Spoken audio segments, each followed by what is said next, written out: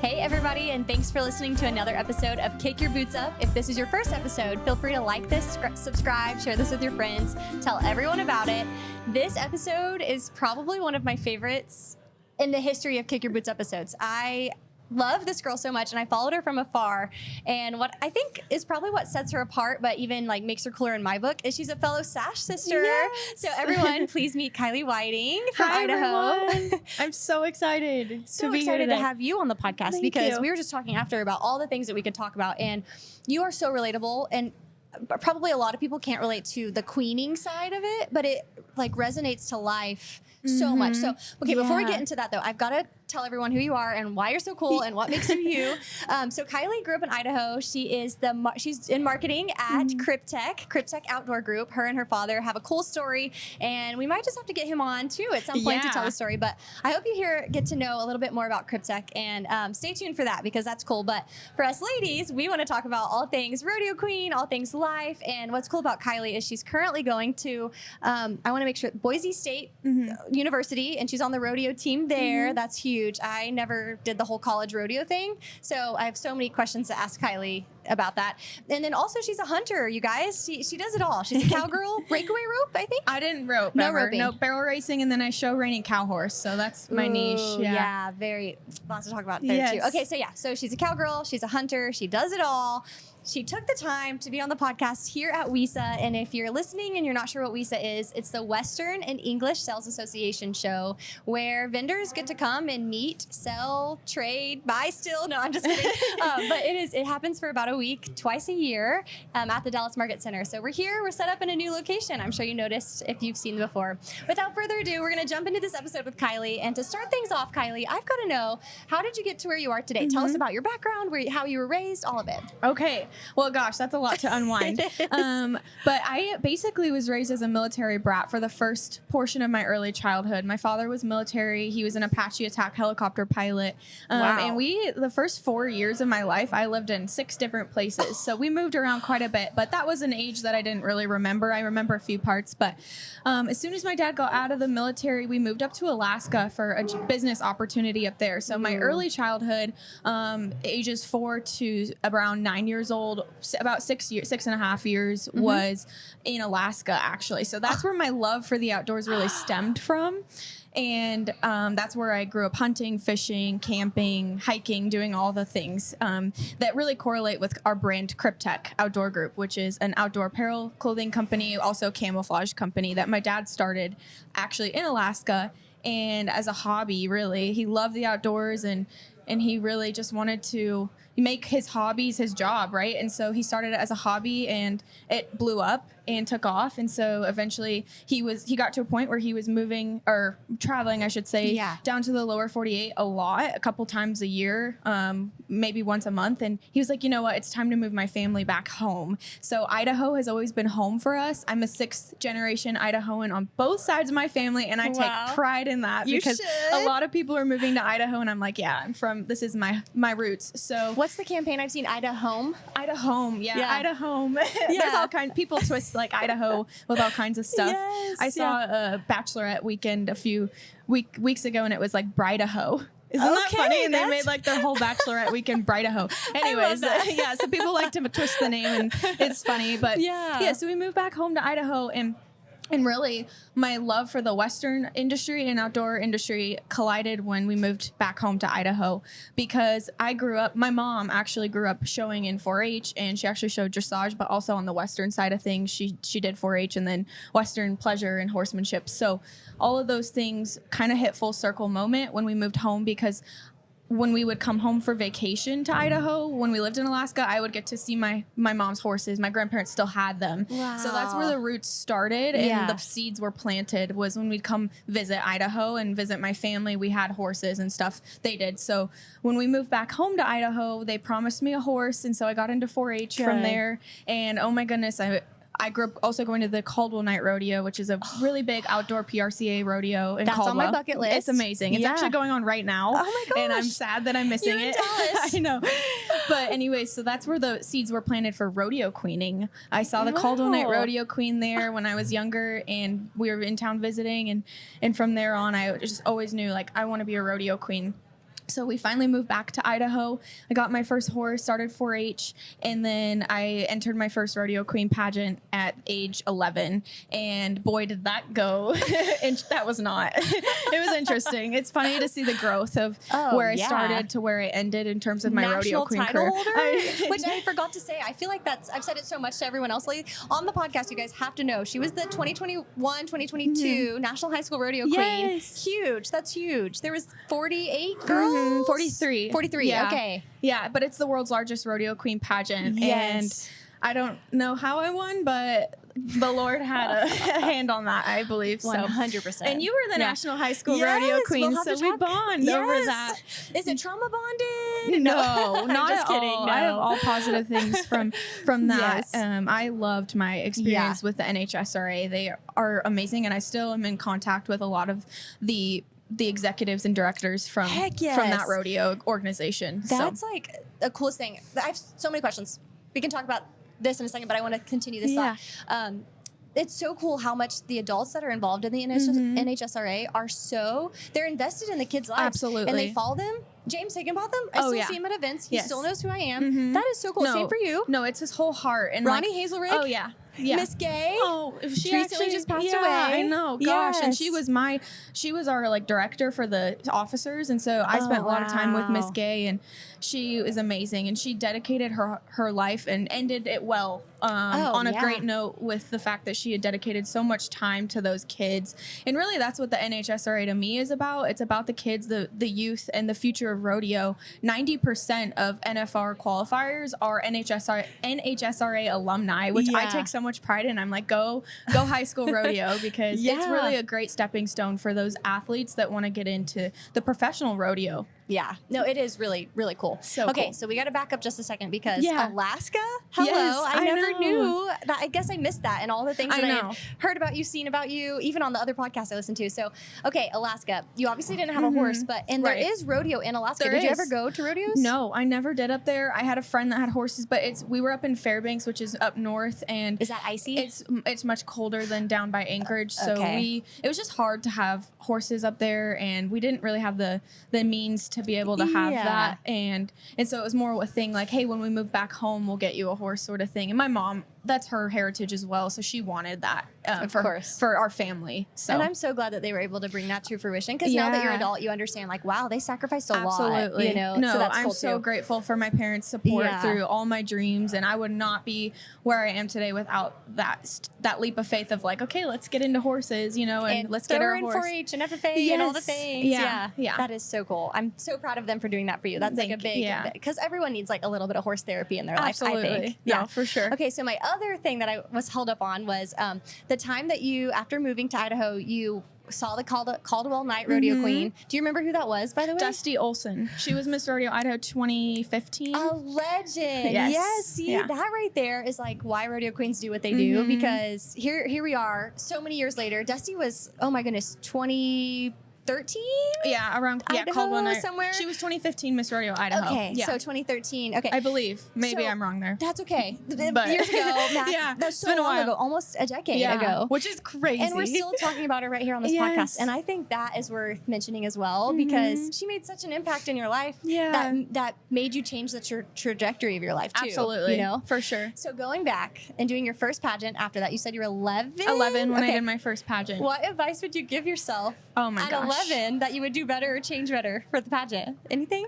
I will say one thing, and I actually did learn this throughout the process, but when I first went into my first pageant, I was trying to mold and change myself to fit the rodeo queen persona, or I guess the stereotype, you know, of like being bubbly and, and I am already kind of an extroverted person, but I wish I would have told myself going into that first pageant to just be authentic, and be genuine to who you are. And I think I accredit those characteristics to why I won the national title up against 43 girls, was because I just was myself, and I was like, I'm not going to try to change. And you know what, if I win, I like, yay, that's a cherry on top. But if I don't, at least I know I was myself. And so I would tell my 11-year-old self going into that pageant, like, just be yourself, be genuine to who you are, explain why you love rodeo. And really at the end of the day, that's what Rodeo Queening is about, is being an ambassador for the sport of rodeo. And we all, like, rodeo queens love rodeo. So they do. Yeah. #1 fans. And you nailed that on the head. That is such good advice, because so many times I think people get held up with rodeo queens being just like a lot of makeup and a lot of sparkles, and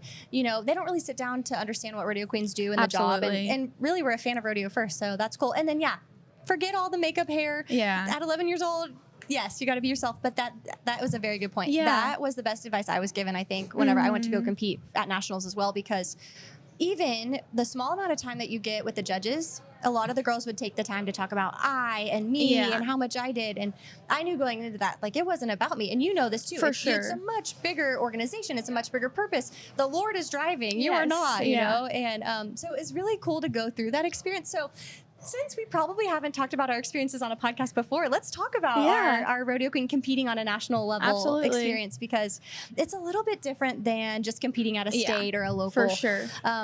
High school rodeo specifically, we don't have to talk about that necessarily, but just the moving parts. There's so much going on. There's a higher amount of contestants. Yes. Everything is just suddenly more serious. Yeah. So what was your strategy going into the pageant, and then talk about like a pitfall of a moment that you're like, this is not going so well, or, oh, this is going really well. Just talk about your experience. For sure. So when I went, first of all, the National High School Rodeo Queen pageant is the best of the best, right? So you have local district pageants, and then from there you transition into your state pageants or province pageants, and then because it's a worldwide pageant, you're competing against Canada, New Zealand, Australia, Mexico, and the United states individually. That's why it's such a large pageant. Yes. But you have to go through several pageants before you get to nationals. You have to win a few times beforehand. So it is girls that are refined, and really, it's the best of the best in the age category that you're in. So I think the biggest thing that I did in terms of preparing for nationals was studying myself and my personality and knowing like who I was genuinely deep down. Once I did that, that helped my confidence so much going into my pageant at finals, the national finals.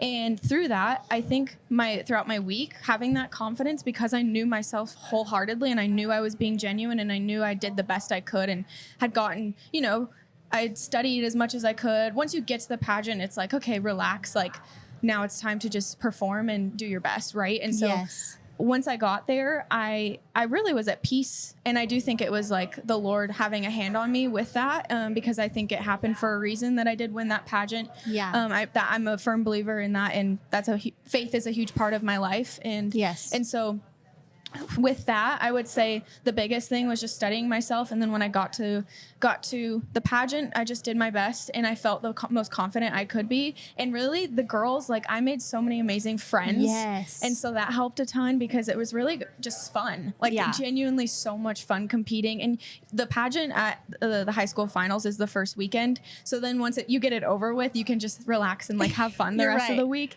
which was really helpful, because after the pageant, I could just relax and take a deep breath and then go make friends and make memories. And those memories, and I still have great friends that I talk to on a weekly basis from high school rodeo. So. Oh yeah, you and I both, we can't say enough good things about the organization, everything that they've given to us. But I thought what the most interesting part about it all was, for you specifically, this is going to be tooting your horn a little bit, and that's so good. You were a cowgirl first, and I appreciate that. Like me, I didn't ever compete professionally in rodeo. I did play days growing up, and then around high school rodeo started competing, because that is not necessarily a requirement, but you need to be in tune with an event. You need to do something, and so. That was never, like, I had fun and I added to the pot, and I loved cheering on the girls that were going really fast, but you took it, you're a fierce competitor inside the arena and as a rodeo queen. And do you think that helped you? For sure. Yeah. And I think there's a stereotype amongst rodeo queens, at least in high school, that I saw with like other rodeo competitors that aren't rodeo queens, that kind of looked down on the queens. And I went on mission to say, no, like, I'm a girl that can ride a horse, and I'm passionate about my sport, and I'm here to like break that stereotype. And actually, when I was the National High School Rodeo Queen, I got to compete on a world level for reigning cow horse at the Celebration of Champions. Whoa. And so got to post about that, and just really gaining respect for the rodeo queen stereotype in itself was one of my missions, because I'm sure you've related to people looking like rodeo queens can be looked down upon sometimes. And so I really wanted to gain respect for just like, hey, no, I am a horsewoman, and I know how to ride a horse, and like, those are very important things to me. So with that, and then high school rodeo, like you said, you do have to be in an event to compete in the Rodeo Queen contest. So I really appreciate that, because most of the competitors and Queen contestants are really great riders, because they also are doing rodeo. They're also cowgirls outside of it too. Yeah. At what point in the pageant did you think, oh, this is going south, or oh, I've got this? This is. I don't think I think that's why I won the pageant, was because I was very consistent throughout. Yes. I didn't have one moment where I was like, oh my gosh, I just messed up. I prepared super well for that pageant and did my best, and obviously it paid off, because at the end I did end up walking away with that title and quite a few categories as well that I won. And so there wasn't a moment that I feel like I had a lot of peace too from the Lord, that he was like, hey, like, you've got this, Kylee. Even when we went into coronation, like, I had so much peace. I wasn't even like worried going into it. Yeah. So I don't know how to describe it, but I would say that there wasn't one moment that I was like, oh my goodness. And I honestly, that's one piece of advice that I give to girls is if you do have a oops moment, like, let it go and move on to the next thing. Because if you do have an oops moment, that can affect the rest of your pageant in their other categories, because you're worried about the past and what just happened. Learning to just move on and let it go, and okay, I've worked hard. Here we are, refresh, restart. On to the next one. Yeah. No, that's such good advice. So let's talk about post Rodeo Queen. It obviously paid off. All the skills that you got. I mean, it got me my job now. Absolutely. It got you to where you are today. Yeah. Talk about Kylee in college, how that's translated to college applications, college resumes, job resumes. Now at Krpytek, all the things that you do in marketing and digital marketing for them. Talk about that. The benefits of it. So Rodeo Queening in itself has set me up. The skill sets you gain from Rodeo Queening has set me up for success in my future. And I'm sure you can attest to that, as you just said. You go through an interview process. You learn to speak on stage publicly. You learn to model even, which I think is important to be able to carry yourself in poisely.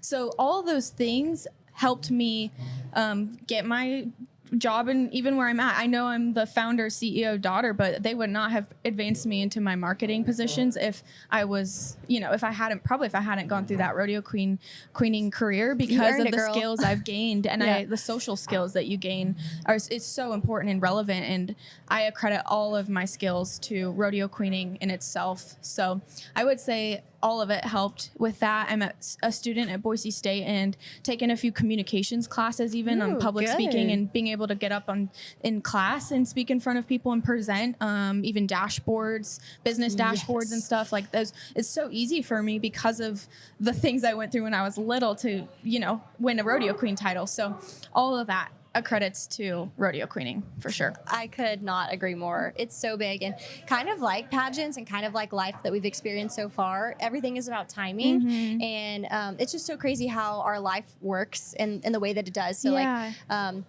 let's just be open. So me not winning Miss Rodeo America, getting first runner up, I could have seen it as a devastating thing, and I did for a second. Like, let's be honest, it was hard. Rightfully so. I get it. Yeah. But then you start thinking about all the different things that you are able to do now, and you wouldn't have been able to do if you had that title. And everything's just so crazy. So for you specifically too, I'm like so excited for your future, especially because you just got engaged. How many days ago did you just get engaged? Oh, we got engaged end of May. So it's been a few months. A little bit. I feel like it's new to me because I'm like, I completely forgot. This is so awesome.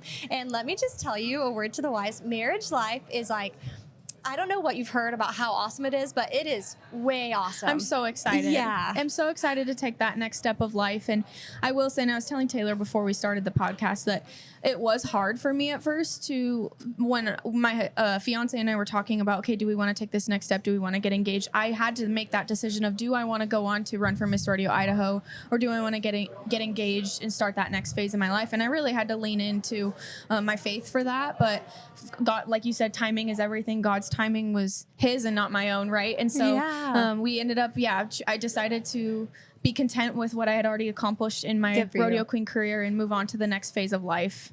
And I'm so proud of you for doing that. Thank you. That is so awesome. And what you're about to experience is like, if you think it's good now, it is so much better. Excited. Like, there's growing pains along the way, just like with everything, But I'm just so happy for you. Thank you. This is like the $1 million question. Do you have a wedding date picked yet? Yeah. Okay. Absolutely. That's so good. Save the dates. Yeah. I'll be announcing it soon, but I do. And I had that wedding date before we even, so my fiance's in medical school and he only has 3 weeks of break.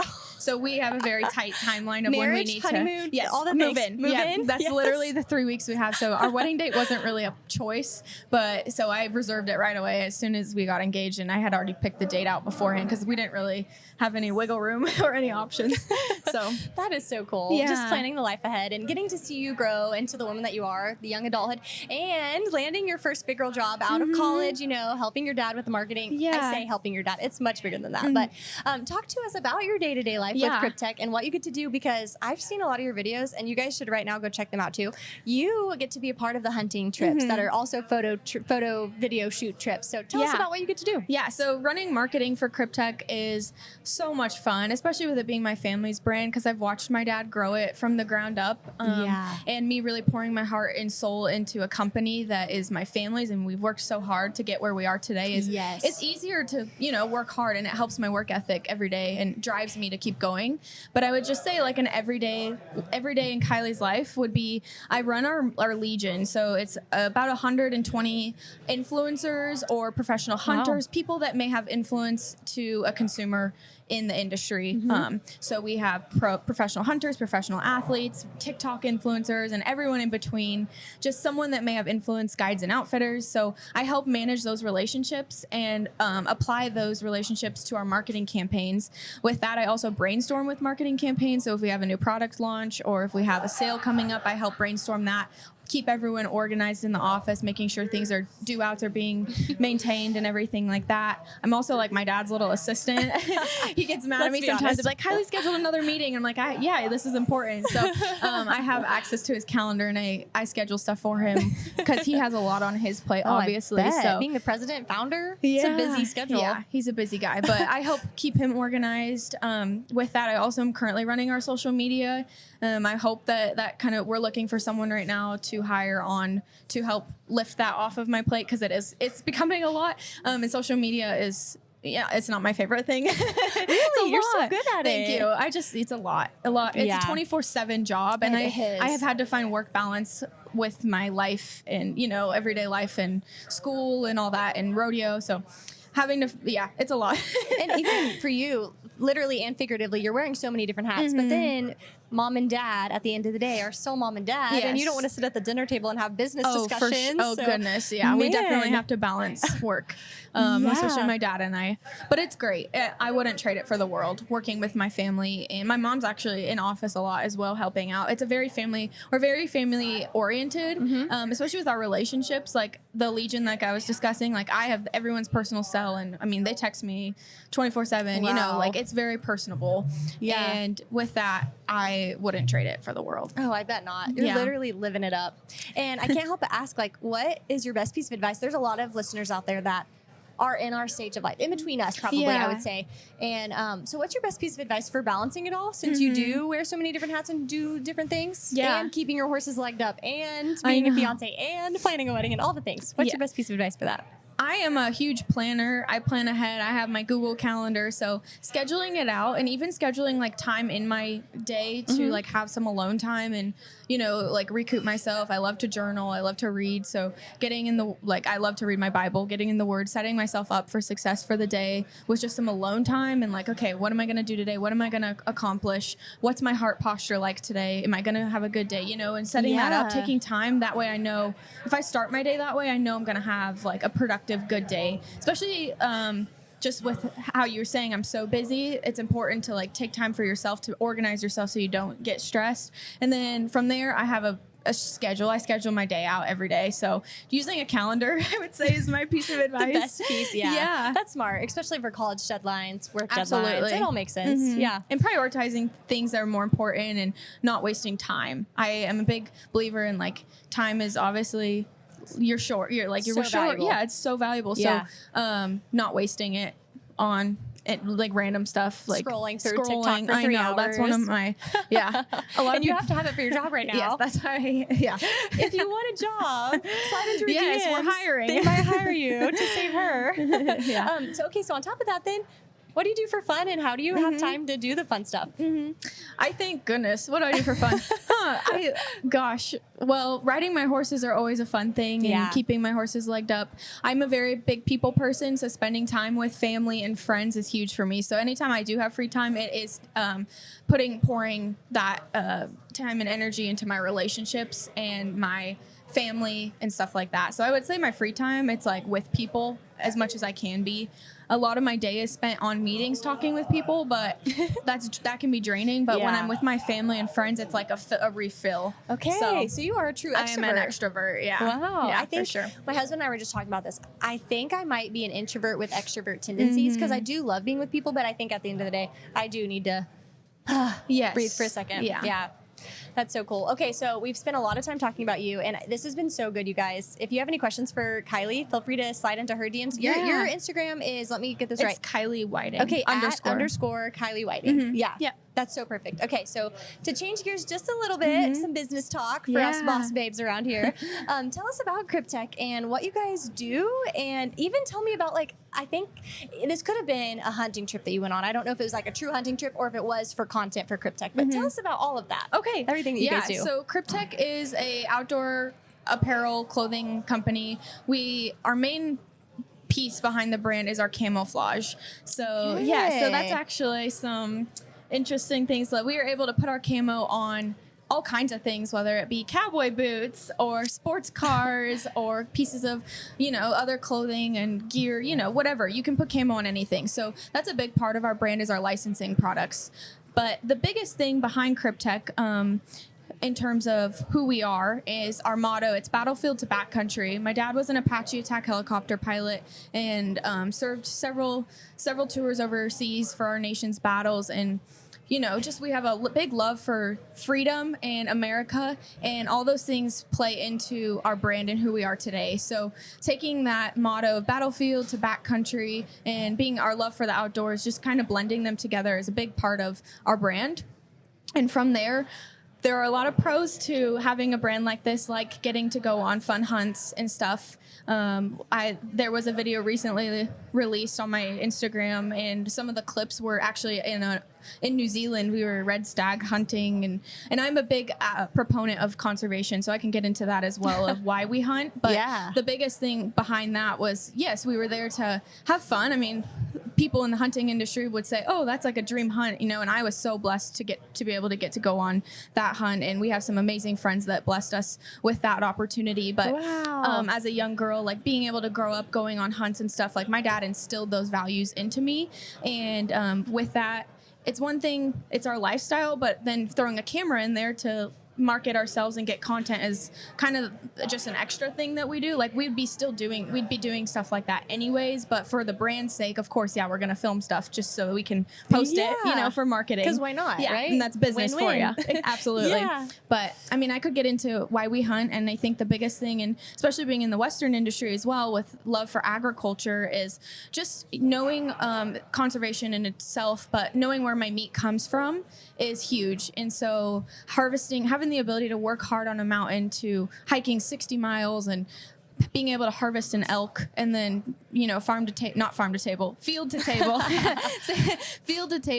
make that elk backstrap steak for dinner, knowing like, wow, this piece of meat was worked hard for, and, and then that, but also the conservation aspect of, we need conservation in wildlife to keep things maintained. So you're a great advocate for that. Yeah, for real. I'm very passionate about it, just because that's what we do. It's your life. And I have 2 questions for you. One is kind of a silly question, so I'll start with that one. Okay, so there's a show, and I forget what network it's on, but it's basically like they drop these people off in an undisclosed location. Yes. What's it called? Either way, whatever it's called. Alone, or is it Alone? Yeah. Yes. And I love that show. I eat that show up because these people are given, I think, 10 items, and they can survive, and they do it, and then it, like, whoever lasts the longest wins. Do you think you could do that? No. My dad, it's so funny, because what's hilarious is my question at the National High School Rodeo contest, my impromptu question was, if you were stranded on an island, what 3 things would you take with you? And the 3 things I said was flint and steel to make a fire. And from that, like, I've grown up with survival tactics, but I don't think I could last alone. I'm such a people person. I'm extroverted. Yeah. I could not, just for this, like mentally, I don't think I could do it. Yes, I could. Physically, you probably could. Yeah, I could go out and harvest an animal, but I don't know if I had a bow or a rifle, I could. Maybe I'd make a bow. I don't know. Yeah. Or make a fishing pole or something. I feel like I do have those skill sets to be able, and then to be able to build a fire and make, survival skill sets. I've been raised with that just in case like an emergency happens.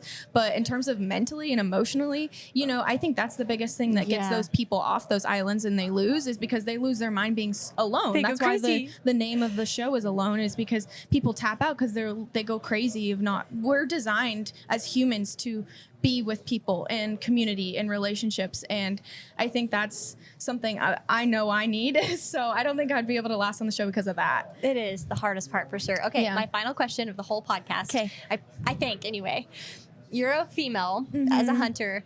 What's it feel like for you to then go on these hunts with all these guys and carry your own weight? Like you're killing just as many ducks. You're getting the deer. What is that like? That's gotta be so cool. Yeah. I mean, at first, sometimes it can be intimidating as a woman in the hunting industry, but there are so many inspirational women out there that have already led the pack. For example, Jana Waller, who's Skullbound TV. She's one of our Legion influencers.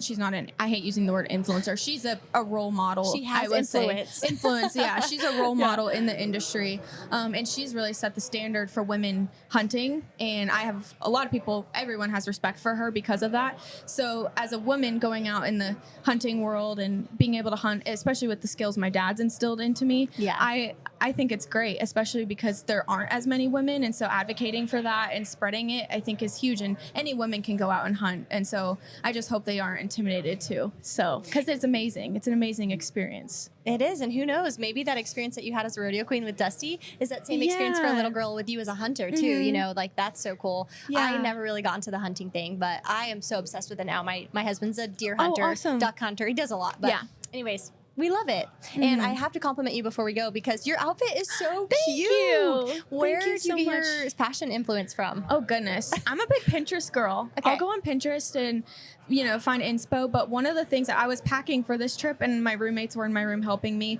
and they're like, Kylee, how do you put your outfits together? And I told them, actually, I said, I take an outfit that you could wear it would be considered like street fashion, LA fashion. Okay. And I make it Western. I'll throw on a cowgirl hat, belts, boots, make it Western. So take modern day trends that you're seeing in Vogue and then turning it Western is my techniques with how I style myself. So. Well, you're killing it, girlfriend, in all areas of life. The past, present, future. I'm so excited to see where you end up, what all's going on for you. Thank you for taking the time to talk with us on the podcast. Yeah, it's been great. It has. We'll have to come back, bring my dad back. Yes, for sure. And if you guys want to follow Kylee or if you want to learn more about the brand Krpytek, go to their Instagram, website, whatever you want to do. But Instagram is at Krpytek. That's Kryptek, just to clarify. And then Kylee, of course, is at _Kylee Whiting. I'm just so serious when I say this. Like, she's a gem, and everything that you follow or that you see when you follow her is going to be real and authentic, and she's never going to lead you astray. So, thank you. Of course. And we're so excited that you took the time to sit down with us and listen. So we'll see you the next time you kick your boots up. Thanks for joining us on Kick Your Boots Up. I'm your host, Taylor McAdams, and we can't wait to share the next story of the West. Until then, feel free to like, subscribe, and leave us a review. Follow us on social media at Justin Boots to keep up with our next episode. And we'll see you the next time you kick your boots up.